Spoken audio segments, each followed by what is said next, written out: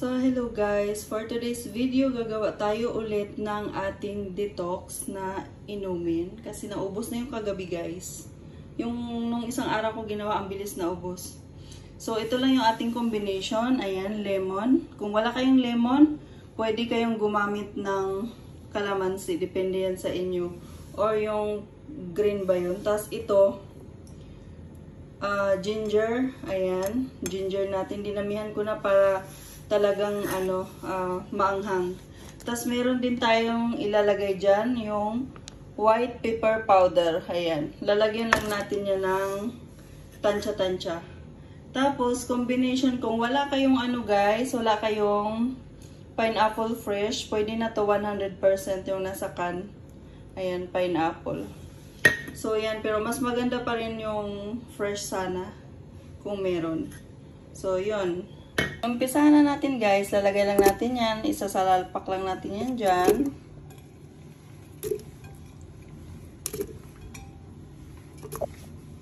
Tapos guys, ilagay natin tong isang kutsaritang white pepper powder.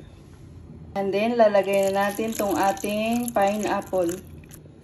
Ayan. Pag medyo matamis pa guys, lagyan nyo to ng water. Kahit konti lang. At dahil nagawa ko na nga ito nung isang araw, alam ko maglalagay ako ng tubig kasi medyo matamis pa talaga siya. Yan. Tapos pwede na yan. I-blend lang natin. Basta wala tayong sugar na nilagay dito.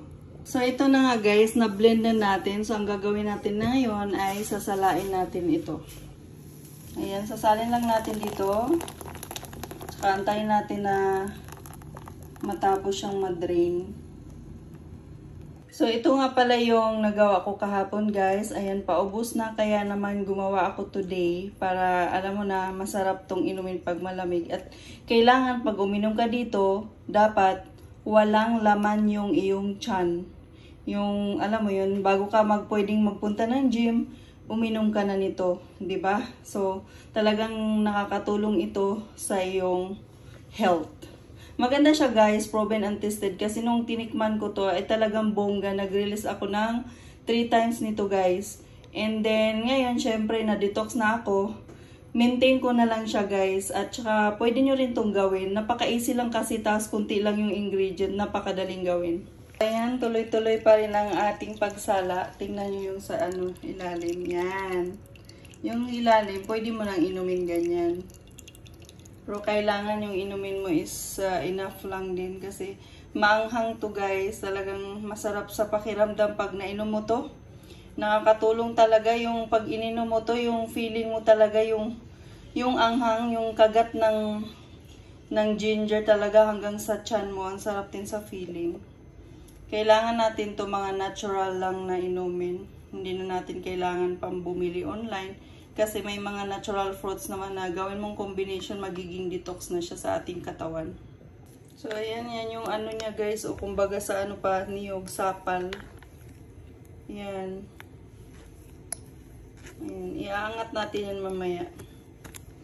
Promise guys, maganda talaga ito sa inyong katawan. Kahit nga hindi na kayo mag-diet-diet, basta tamang kain at saka tamang paggamit nito pag inom. Iinom ka dito yung tipong wala ka pa talagang kinakain. So, empty, talaga, stomach. Ayan.